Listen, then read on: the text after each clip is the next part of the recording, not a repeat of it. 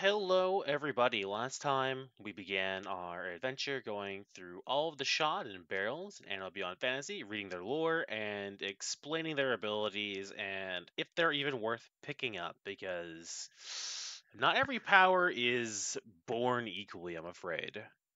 However, our next shot is a useful array of powers. Undoubtedly, Noah is Gaia's most strict disciple. Or sorry, Gara's most strict disciple, not Gaia's god. Get it right, please. Above all, he values strength and the drive to succeed that lies within every living creature. Noah incarnates competitiveness, combat, and victory. On the other hand, he also represents darker concepts such as war and violence. He believes the only true weak beings are those without the will to fight or to advance. Such creatures are nothing but an obstacle in the way of evolution and universal progress. All means are acceptable when it comes to bettering oneself. He approves of all conflicts, war, and the most critical of situations, no matter how tragic or terrible, in the thought that those bring out the best in people and lead them into learning. Noah tremendously dislikes those that stupidly abuse their power and those unable of controlling it. He has opened many fronts against the Beryls, which he considers to be a weakness for the world. Many cultures have worshipped him in his best known aspect as a god of war, but he has adopted many other identities throughout history. His main followers are typically great warriors or generals, but even thinkers and artists may also recognize him provided they are competitive enough. So this guy's all about violence, competition, and bettering oneself. Again, not all shod are evil, just like how not all barrels are good. In the right hands, this gift provides an exceptional ability to find the necessary equipment for every circumstance. In this way, a swordsman who has lost his weapon fleeing from real enemies will be likely to stumble upon a sword on the way, while a thief at a picklock will come across a device that will serve his purpose very close to the door he is attempting to open. This is the power of convenience, which, if you are generally ill prepared, is a great power. If you are rarely ill prepared, though, it is not a useful power, but a fun one either way. Because maybe you need that, I don't know, that weird thing you didn't think about, and then bam, it just happens to be nearby. It's or something similar at the very least. The will to improve. The competitive spirit of the character is easily transmitted to others, and he becomes a strong influence to the people he's in regular contact with. Everyone around him wants to improve and better themselves. This is a even more niche roleplay ability than the one prior that wrote to it, because it provides zero mechanics for your character, but it does provide you a weird like aura that will kind of, I'm gonna say, corrupt characters around you, quote unquote, into wanting to do something they wouldn't normally want to do. Which is cool for story, but it's not something you want to pick up if you're a power gamer, I suppose. Because you don't need to get all these abilities. You would rather get resistant, which makes you resistant to physical damage, and therefore you get a PHR bonus to half your land, which is okay. It's cheap and pretty good, and provides you with a lot more safety against being critically hit and stuff. Inhuman, it allows you to reach inhuman difficulty levels in whatever fields you excel or specialize in. So if you're a warrior, that means all your combat stuff. This is a very specific form of inhumanity, but it's still nice to have. It lets you, if you're a weapon master, get it and fight without having to worry about buying martial knowledge to get through key. So it's pretty alright. I like it. It's a nice little ability. And it's also nice and cheaply costed. Ignore penalties. The gift will automatically eliminate an amount of penalties to action equivalent to half your land level. So if you had 60 land and you had a negative 40 action penalty, it would only be minus 10 for you. I'm not sure if this is something you activate whenever you want, or if this is like a passive reduce all out action penalties by this amount, so you ignore the first X amount. I'm not entirely sure. That's up to your current DM. I'd say it's more like a persistent effect, where you ignore the first X amount of all action penalty due to your ignore penalties. Dark Power! Character is able to enhance the outcomes of their actions in certain moments by using Noah's power.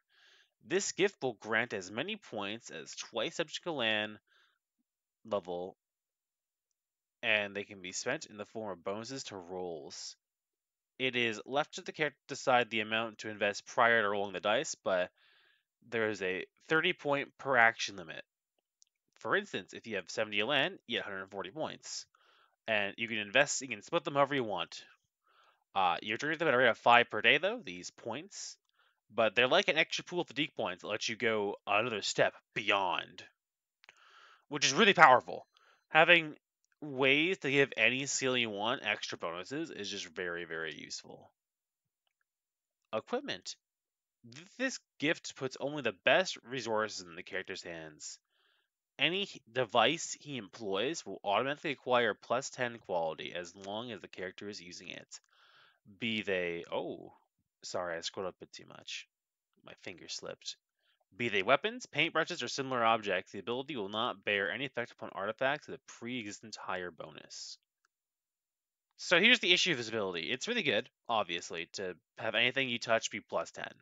If it's a weapon, that just means you don't need to worry about buying weaponry, because you can buy a standard weapon and bam, suddenly it's plus 10 while you're using it, which is good enough for you for a standard weapon. But this comes when you have 60 LN. So this power is great if you take it as a via the advantage and get 60 LN to this guy right away.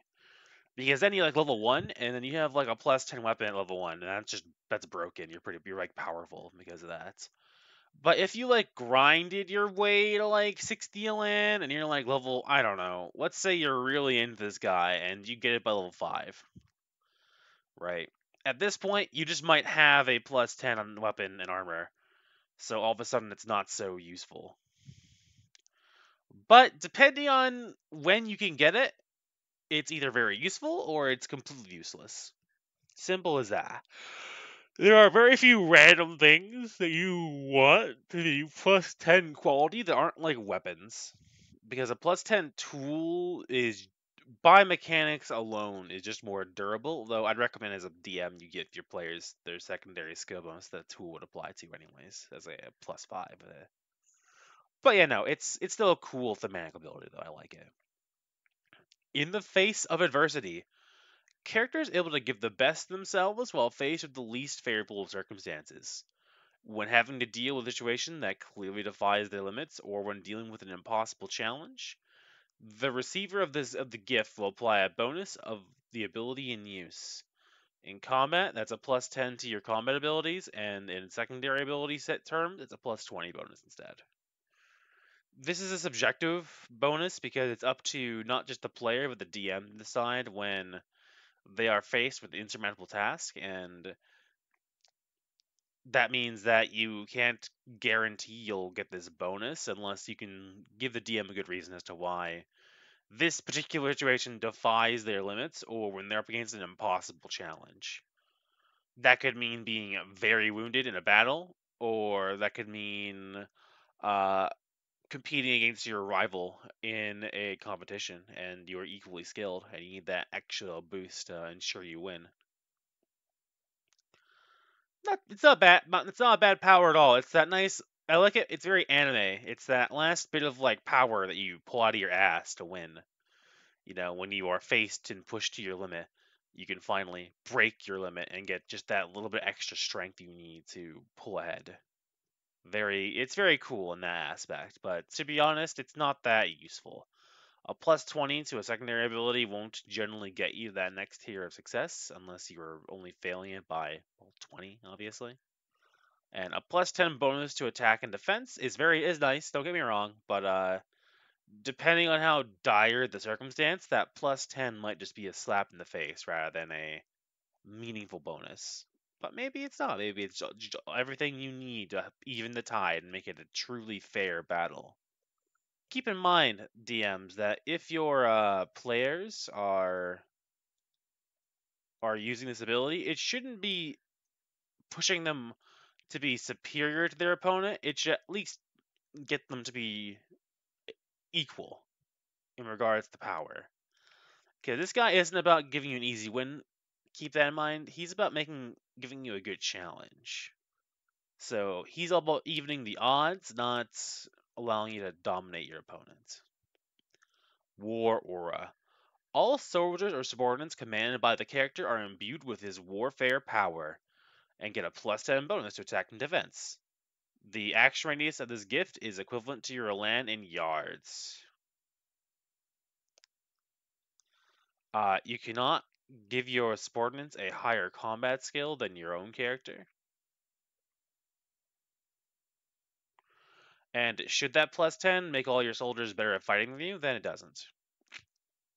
Assuming you're a commander type character leading an army using the mass combat rules, this is pretty good.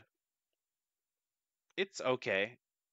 Uh, or if you get yourself in a position where you're like the party leader and you just uh tell all your companions, hey guys, all your melee guys, hey, there's stuff like just reduce your attack and defense by like 10. Make sure it's less like 10 lower than me. Because when you're around me, you'll get a plus 10 anyways, so you can save some DP. So if you coordinate this build with your party, it's very powerful because let's say you have a party of 4 players, including yourself. That means 3 of your players are saving. So to get 10 attack, you need 20 DP plus 10 defense. So each other player is saving 40 development points because of you, by you being 10 higher than them. So by you getting this ability, you save your party 120 development points, which is very worthwhile. Whenever you can save or cheat development points this game, it's very good. So getting an ability that lets your allies, not you, but your allies, save 40 development points is very nice by just coordinating with your party. Then obviously that's a very power gamey thing to do. But if they don't need that 10 attack and defense all the time, then it's real good. And if you generally all fight together, then yeah, it's just nice. It's just like a plus 10 all the time whenever you're in combat. Dark Avatar. This gift provides full communion with the darkness. The character's body becomes a portal through which the power of darkness can be channeled. He can invoke his strength for a limited amount of time, during which he turns into a ghastly avatar. By doing this, his physical form is altered. He obtains a natural weapon, a plus 30 all action bonus, plus 3 to all characteristics, and is able to achieve Zen difficult level actions. This gift can be used any time, but will only hold for 1 turn per land point. Once time is up, power overcharge will become a minus 30 total action penalty for as many days as turns the avatar was active. No transformation will be allowed during this period. So this ability is amazing. It allows you to go one step beyond, as they say. It's a great transformation that gives you a big bonus. The natural weapons aren't very useful unless you're a very big character because their damage is based on size, and it's likely any weapon you're wielding is better than them. But in theory, if you are a very large individual, you could have some decent natural weapons, but that's like the cherry on top of this effect. Plus 30 to everything is amazing. Plus 3 to all stats is especially amazing, and it gives you Zen. So even if your stats go above 10, you get the full benefit, which means this is not actually a plus 30 all action bonus. It's plus 30 and likely another like plus 10 or 15 based on what your stats were to all other actions. Real good. Downside is though, this is like an emergency ability only. You can't use this in every fight. You can only use this when you gotta use it. Because the cooldown is very long. Even if you only use it for a few turns, that's a couple of days where your character is gimped. But that's a okay price to pay to have to rest for a long period of time after a big tough battle. to get out your super form to win the day. You'd rather lose days for a while and then rest than just have your character die after all. So yeah, it's a great power. I'd get it. I think it's like the biggest thing in this tree probably to get out of any of them. Next, we have the Shadow of War. It brings out the warning in all those in contact with the character for a prolonged period of time. Their path is thus filled with violence and war. Small quarrels and large-scale battles break out wherever they go. This is an interesting like roleplay ability. Very interesting. Though I feel like it's a lot more trouble than it's worth if wherever you go you're starting small fights and large-scale battles with people. You might not be a part of these battles, but them just existing in the area around you could be very detrimental to you. It's not something that you want to be doing. You would rather be traveling than wherever you go, there's always a bunch of fucking, I don't know, demons invading and shit, or like, I don't know, the local lord decides it's time to really crack down on the peasantry. It's a very dark power, definitely, and fits the motif of the character to invite more conflict to your life, but I feel like it's probably more trouble than it's worth usually. The Vanquisher. Only the very best can ever become Noah's chosen one. The one who can never be defeated. From the time they get this award, the character automatically receive the primary or secondary ability of those they beat. For instance, upon defeating an opponent with a higher defense, they will automatically increase their own ability until it matches that of the victim. Opponents are regarded as defeated when characters personally beat them in combat or a balanced contest. Beating an enemy using the effects of negatives to his actions will afford vanquish the opponent's ability with the same penalties. The Vanquisher will assimilate the essential abilities and powers of supernatural beings, except for knowledge-dependent abilities. So you might have said, but DM, you just said Dark Avatar is the best. This one sounds pretty good too. You absorb their powers and you defeat them. This is a 100 land power, right?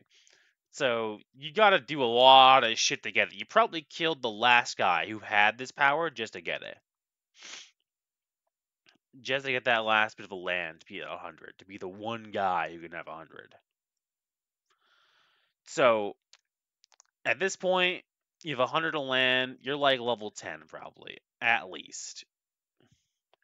Because you had to kill the other guy who had 100 of land, and he was probably level 10 at least too. So you're just as strong as that guy was. So you have this power, but if you're a fighter type guy and you killed this fighter type guy, then it's likely that like anyone you attack or kill has less attack and defense ability than you. And if you're beating people in contests, that means your skill and that ability is similar to their own, or you have a better skill. Now, there is some cheating you can do with all these abilities, like getting yourself plus 30s here and there to get bonuses. So you could increase an ability by a fair bit if you happen to get lucky with a mix of using your powers and fatigue to win out the day. And that's when this ability is okay when you're doing stuff like that all the time and you're just raising up your secondary abilities. But for combat purposes, the only time this gets useful is if you're hunting down supernatural creatures to steal their powers, which is cool. I think that's the coolest part of this ability is that you get to steal monster abilities. It lets you specifically go with your party. Like, let's hunt down these creatures so I can gain all their powers and become like super powerful.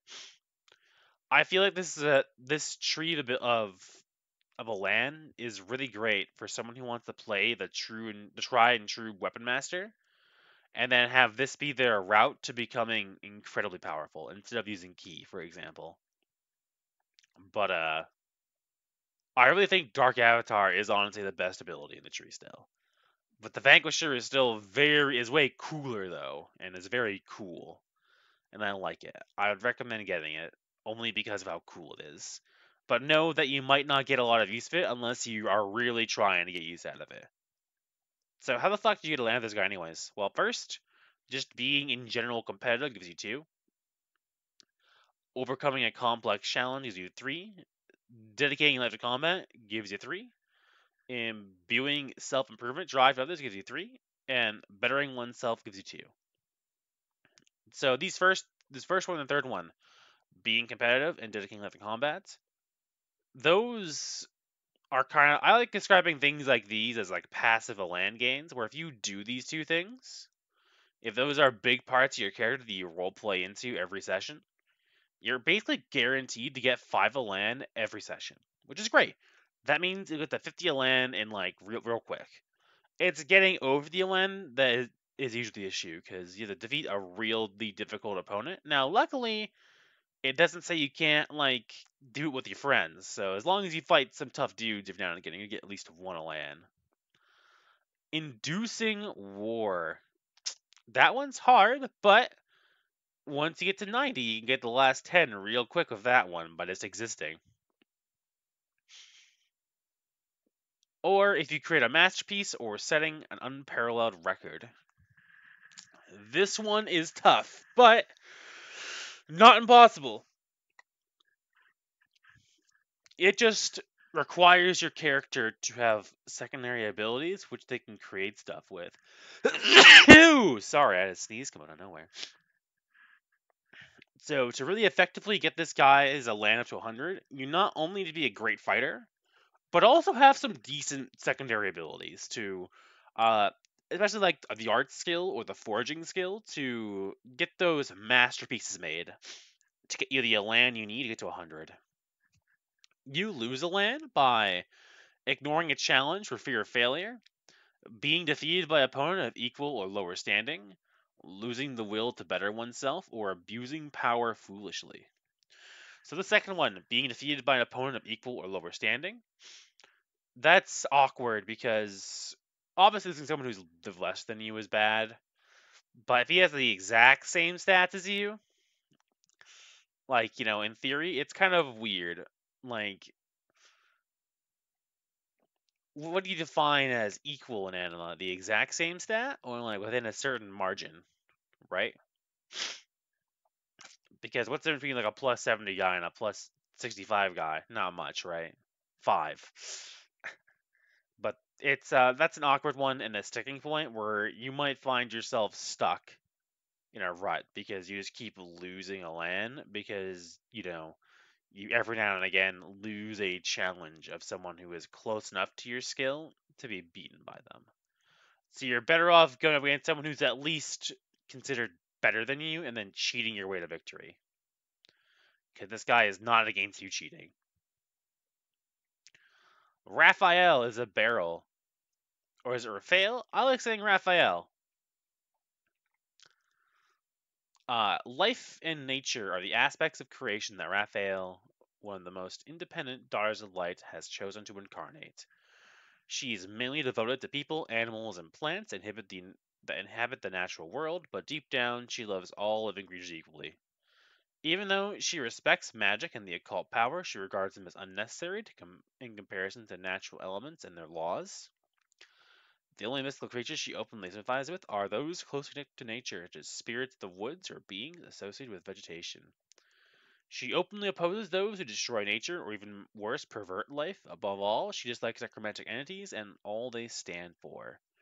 She considers them as a deviation. For centuries, she has struggled with the idea of initiating active confrontation against those for fear of losing an important part of her conscience in the process. Many druids and cultures associated with forests worship her as the origin of all life, and think of her as a primary asset of creation. Those who protect nature and life achieve the highest level of synchronicity with her. Mother Nature Knowledge. This gift will endow a special bonus into the herbal lore secondary ability, equal to the character's land level. So a land to herbal lore. Herbal lore is pretty cool of an ability because you can do a lot of there's no mechanics for herbs in the game, right? But using herbs with medicine or alchemy should warrant your ability to use the secondary abilities more easily. So if you use medicine or alchemy or science or skills like that to do weird stuff, then this is a great skill for you. If you don't, then it's bad. Animal knowledge is like Mother Nature knowledge, but it's at the animal scale. Same thing. If you want to do shit with animals, it's a good skill. If you don't, then it's a bad skill. Purely, completely up to you on that one. Because the animal skill could be useful for befriending an animal, taming an animal, tending to an animal. So it's up to you how you want to use it. Healing. Characters are able to heal their own or someone else's wounds by imposing their hands. You heal at 5 LP per turn, and the maximum amount of heal is equal to your Elan level per day. If used on the undead, they roll an MR check against twice your level to avoid receiving damage equivalent to level of failure. So this is okay for healing, but even better for smiting the undead with your lay on hands. This ability is great. Getting easy healing. Oh, also they can't lose more hit points than your highest amount of healing per day with the ability, by the way. That's an important caveat at the bottom there.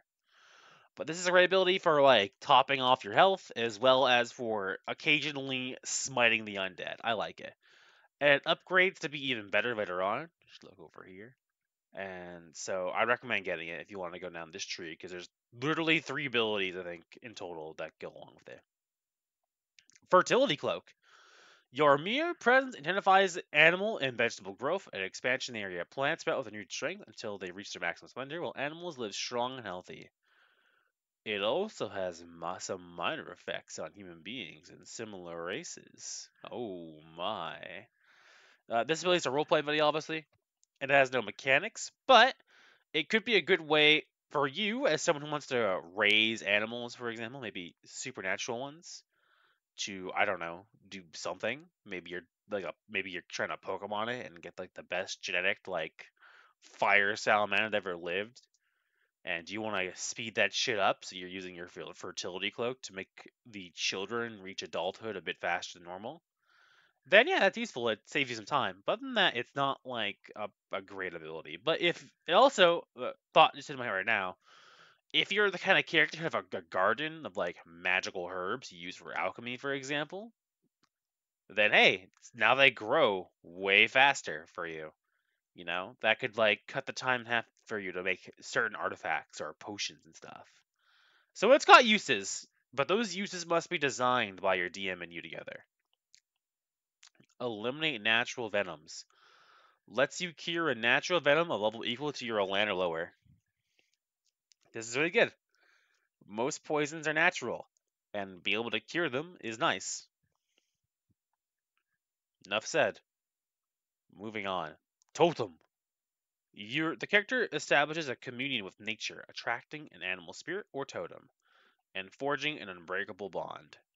So the way this works is you get an aminal uh, that will become your totem or animal spirit. This thing acts like a familiar. However, he has 5 more intelligence than normal. Well, basically, you pick animal stats for animal creature. Uh, you increase his intelligence by 5, and you treat it just like a familiar. This animal has 25 genosis, like most familiars, have telepathic communication with their master, and in the case the totem is destroyed or killed, you can bring him back to life by sacrificing 10 land points. Now, that last ability is great if you have a familiar you've been close with.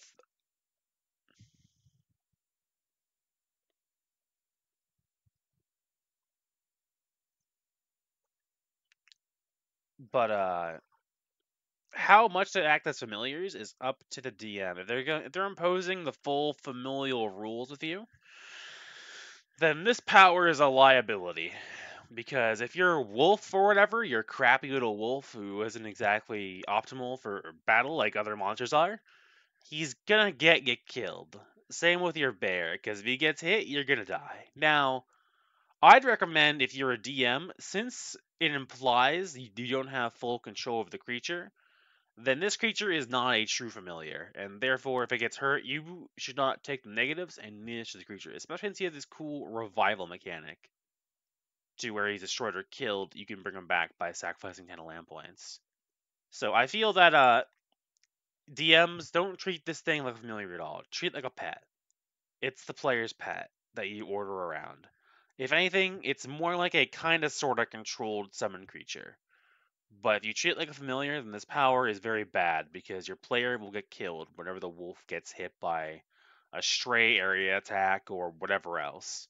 And beyond that, keep in mind that no matter what the player ends up giving this wolf as it levels up, this creature designed by the Anima devs is generally going to be way weaker than your typical monster, even as it gains levels. But eventually, it'll be at least okay around the first time leveled up to shore up its weaknesses. Expanded healing. It works just like healing, except the maximum LP you can heal is multiplied by 10. So if you got 50 land, you heal 500 hit points. But it's still 5 hit points per turn. If you picked healing, pick expand healing for more healing. Because now it's way better for topping someone off to help restore them to full health after a fight. Not so good in the middle of a fight, though. Mother Nature Eyes. It allows the character to connect his or her senses to that of an animal, thus obtaining the ability to see and hear through it. And you can use it once per day for every 10 land points you got. Useful. You look at a bird, you see through a bird, you get a bird's eye view of the area that it's flying over. Which, depending on where it's going, could be a place you want to scout out, or, just have a look of. Just get a lay of the land, stuff like that. Good stuff. Invoking animals. This is my favorite ability. I think this is the one. Or, oh, no. Yeah, it is, but it gets better. It gets better. This gift grants the ability to invoke and command a group of animals. The number of animals who will respond depends on the species being summoned. For lower level, small size animals such as mice, cats, or snakes, they will respond. Their number will be equivalent to your land. Larger animals like bears and elephants will return up to a ratio of 1 to 5. This gift is restricted to a single species to be chosen at the time it is rewarded, though those closest to the character will respond to the call, and they'll hurt him as they can. The gift will work once a day. So you call forth so you have 60 land, that means you get summon 12 bears. And you can command them to. So you'd be like, bears of the nature, rise forth! And then 12 bears will come from the woods and just maul some dude. I think it's the coolest power because I think it's funny, the idea of 12 fucking bears coming out of nowhere and just destroying someone out of nowhere. And these bears will get there real quick. So as long as you're taunting them for a bit and already invoking them beforehand, and then once you know they're there, then you go for the whole dramatic bears get them thing, or elephants, or whatever it is. Make sure the animal you pick is an animal that's actually in the region, or else it'll take a very long time for those elephants on the other side of the planet to get to you. And they might not make it because it might die on the way there. So make sure it's a common creature if you want to use this ability often. Animal transformation. You turn into an animal, and you get to pick the best of the abilities you have between you and the animal. Every 10 land points, you get an additional species to choose among what you can transform into when it comes to an animal. This power is great. So you already have 70 land, right? That means you get 7 animals right off the bat to pick. So you can be like, I want a bird for speed and flying, and a bear for murdering, and whatever else you want along the way. Pick the 7 best animals you can think of for any situation, and those are your 7. And then you're like, oh shit, I should have picked dolphin for swimming. Well, then you get the 80 land, and you pick dolphin for swimming, and then you're set. This is a super duper good ability. It has infinite uses per day, and lets you become a really overpowered creature by transforming into a creature of high health and good damage with its natural weapons, and then using your attack ability and its better stats to just kill people. It's good shit. Now, the best upgrade ability is increased invocation. You may choose to invoke an additional race every 5 land points he or she possesses, or to multiply 10 the number of species originally chosen. Multiply by 10, it says. So before it was a 1 to 5 ratio. So normally a character with 85 land could summon 170 bears. That means you now get double your Elan in bears or large creatures. Or if you want mice, that means if you had 80 Elan, normally you would summon 80 mice. Well, now you summon 800 mice. It's pretty good, right? Having like 800 mice like maul some poor fool. Like, I'm not sure what's better, to be honest. Like, to be real with you, what's more like if you wanted to power game this, what's better? Is it better to have like 80 house cats, like maul some guy and rip him to shreds over like a long period of time, or is it better to have like 160 bears in the situation and like just like wreck him? I think in both circumstances the guy dies, right? It doesn't matter. It's whether you want to have the swarm or the big swarm, right? Of big creatures. Either way, it's gonna end poorly for whoever is the subject of your wrath. Unlimited healing. The power is in the name. No limit how much you can heal per day. Unlimited power, man. It's having infinite healing is very useful. It's a very slow heal, but it's still very nice. Nature's conscience.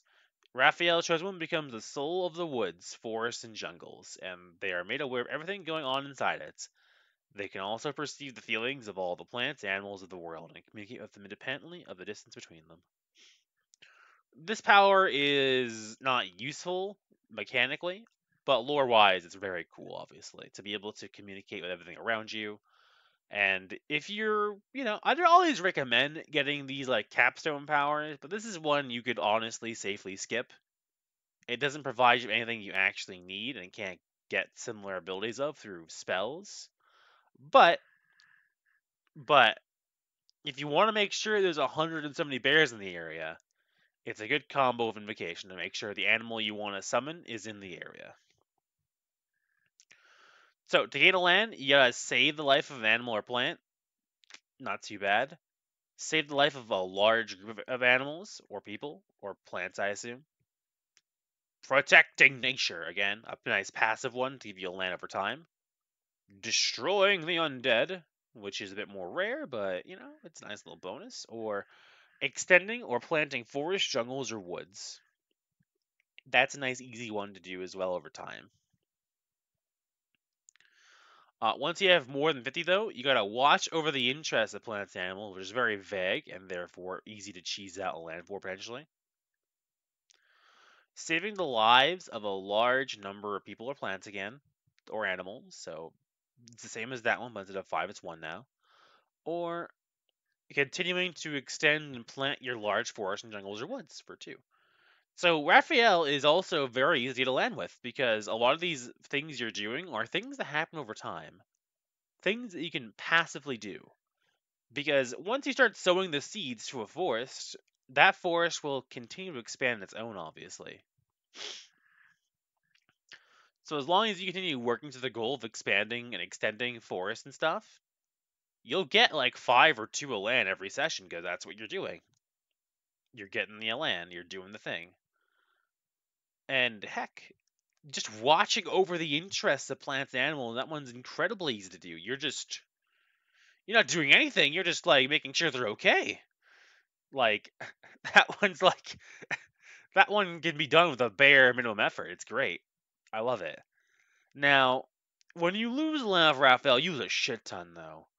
Like taking a life for no reason, you better have a good reason for killing someone or you're gonna lose in 5 of land.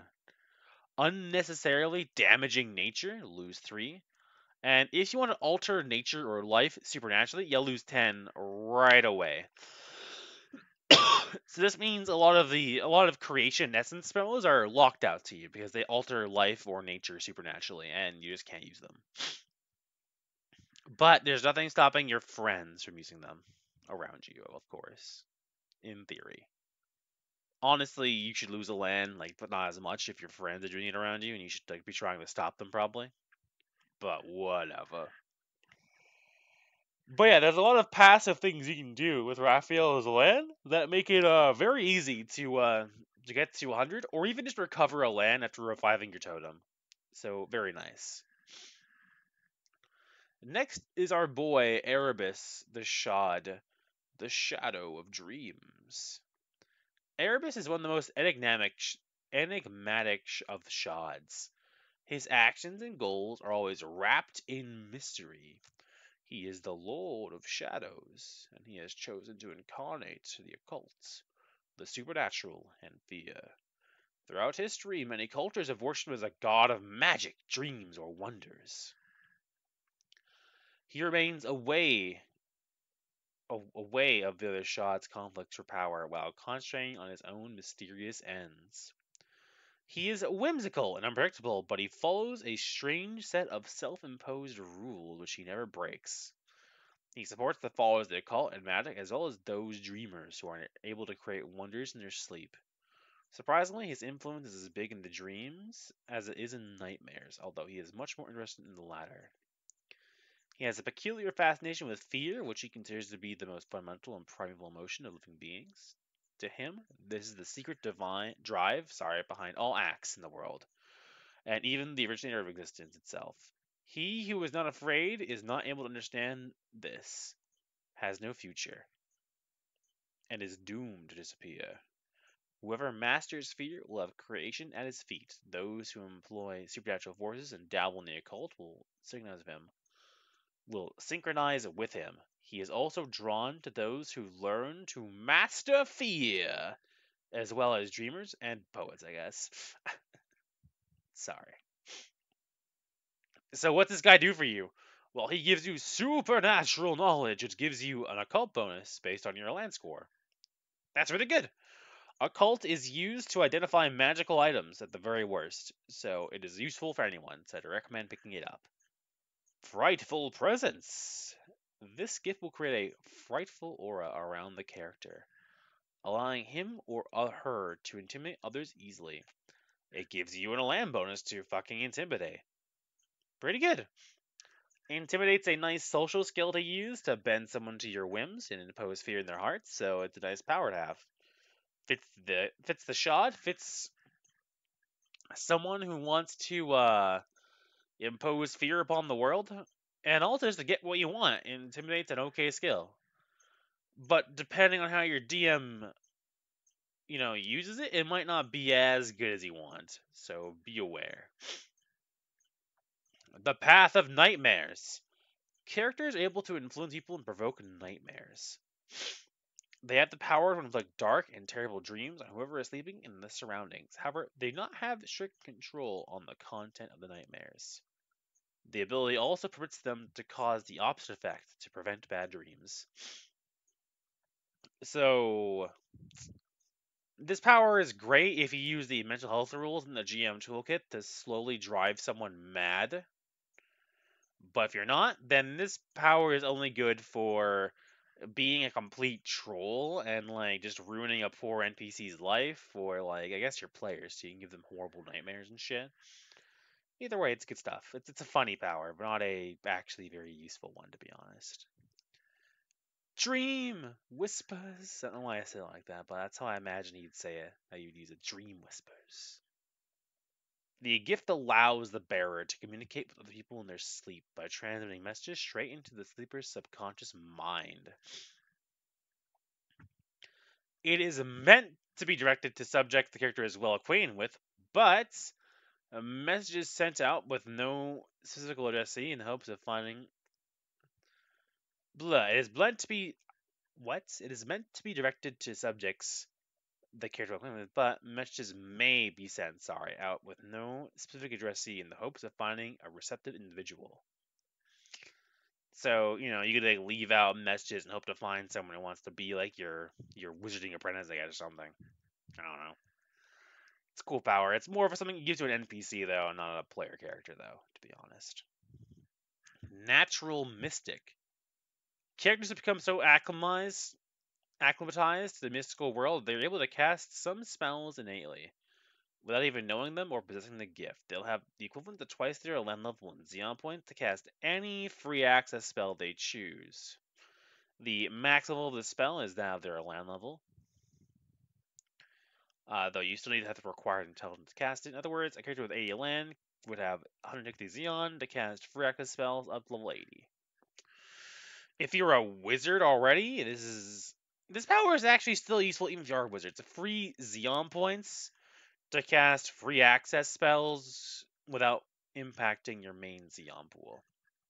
So to be honest, it's actually pretty nice. It allows you to cast some very particular spells that are, specifically for like support purposes or something you don't normally have. Or if you're a mundane character, it's nice to have. Oh fuck! I keep. I don't know why, but I'm very yawny lately. It's terrible. Anyways, it's nice because having that Xeon pool and stuff make it so it's a lot better to be able to cast a wide swath of like support spells and stuff. Very cool power. I like it actually. Supernatural influx. You get +2 to power or willpower based on which stat you use more. That's amazing. That's 2 stat points to power, which is great for wizards, and willpower, which is great for mentalists. Power is also good for key users, so it's really good for anybody. Take it. It's free stats. What are you doing? Just take it. Don't worry about it. It's great. I love it. Dreamwalker. Characters are able to slip into the mind. Bleh! Characters able to slip into people's dreams and freely observe their owneric universe. They must establish contact with the dreamer first in order to achieve this, but once they do, they have free access to pay as many visits as they wish. In some occasions, the ability will also allow them to physically introduce themselves in the wake, depending on how fragile the barrier between both worlds is. Well, it's cool, and it's a neat way for a character to get to the wake by entering through someone's dreams in a specific area. So it's a fun ability. I like it. It allows some creativity of the user to actually make full use of it, but beyond that, it's pretty good. I'm just checking something in the background. Don't worry about that. Random pause. Anyways, cardinal fears. There are 3 primeval fears beyond common terror or individual fears. They are the fundamental principles and the source of all the others. Even creatures immune to psychology are prey to these original panics. So they too have to roll checks against their effects. Umbra is the first one. It represents the essential terror we all feel of darkness and the unknown. Whenever it is called upon an individual, they must automatically pass an MR or PHR with difficulty of 140, or suffer blindness and terror. Failing the result, failing will result in a permanent phobia to darkness that will produce the fear state.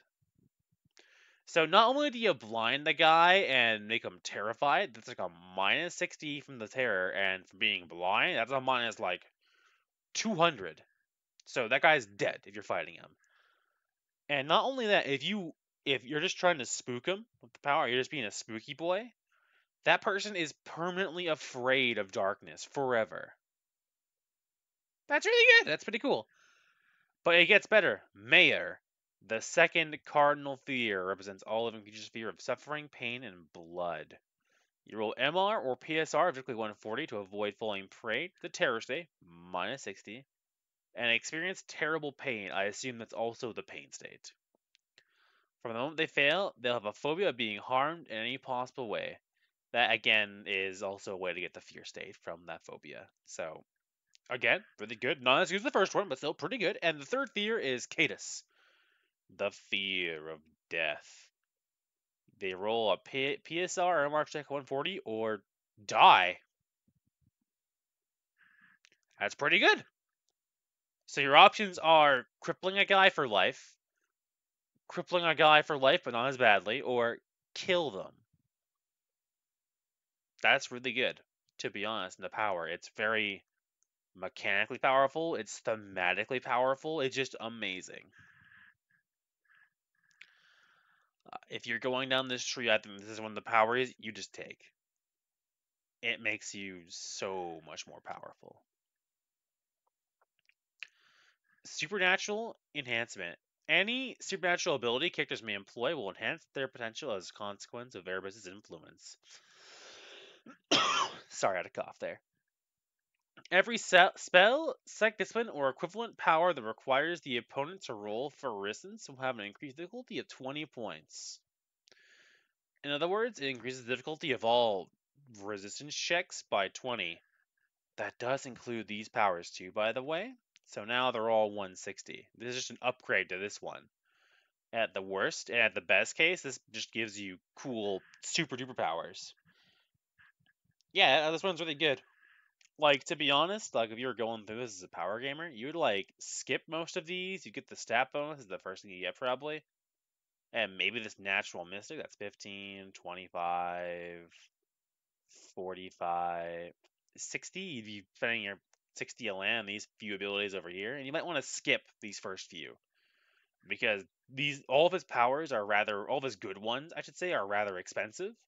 And you'd rather have those than these meh ones that are okay and cool, but not as like powerful as these ones over here. Nux. Absolute fear. The name Nux, though, does not instill me fear, but let's continue anyways. But Nux is the absolute fear, the inexplicable terror that nothing and no one can face. To confront it is to dissolve into nothingness, to vanish from reality without leaving a trace or ever having existed. Calling Nux upon an individual will automatically put him into a state of fear for hours. No resistance check allowed. By the mere fact of glimpsing at the primeval fear. In addition to this, he needs to roll MR or PSR of 140 or 160 if you the thing. Or to avoid meeting face to face with the absolute terror and being utterly destroyed in body and soul. You only use this ability on a person once. But you only gotta use it once because either they're dead or they're running away from you. So there's already one that kills people before that's cheaper that's you get earlier, and you require to get it to even get this one. DM, why do I want Nux Absolute Fear as well on top of the ability to just instantly kill people anyways with Cadus? Because some enemies might come back because you didn't destroy their soul. And they'll just keep coming back. So if you want to make sure those guys stay dead as well, you pick Nux. And you show them the Nux. And then they're definitely super dead. Because if you destroy someone's soul, they're gone. Don't gotta worry with them. Finally, your penultimate ability is Demiurge. When you fully synchronize with Erebus, Lord of Dreams and Supernatural, you can use his power to oversee and control anyone's dreams. He obtains 45 Genosis in the Wake, and in addition to this, he receives 5 characteristic points to distribute as you wish among intelligence, power, and willpower. So in the Wake, you're like a god, basically. And also, when you're not in the Wake, you get 5 stat points for 10 a land. This is a great power to just pick up if you get to this point, and you should. Because if you're a wizard and you're gaining all these stats, with 45 Genosis, even if you didn't have the gift earlier, you can just give yourself the gift. Because getting 45 Genosis gives you a bunch of free DP to spend on advantages and monstrous abilities.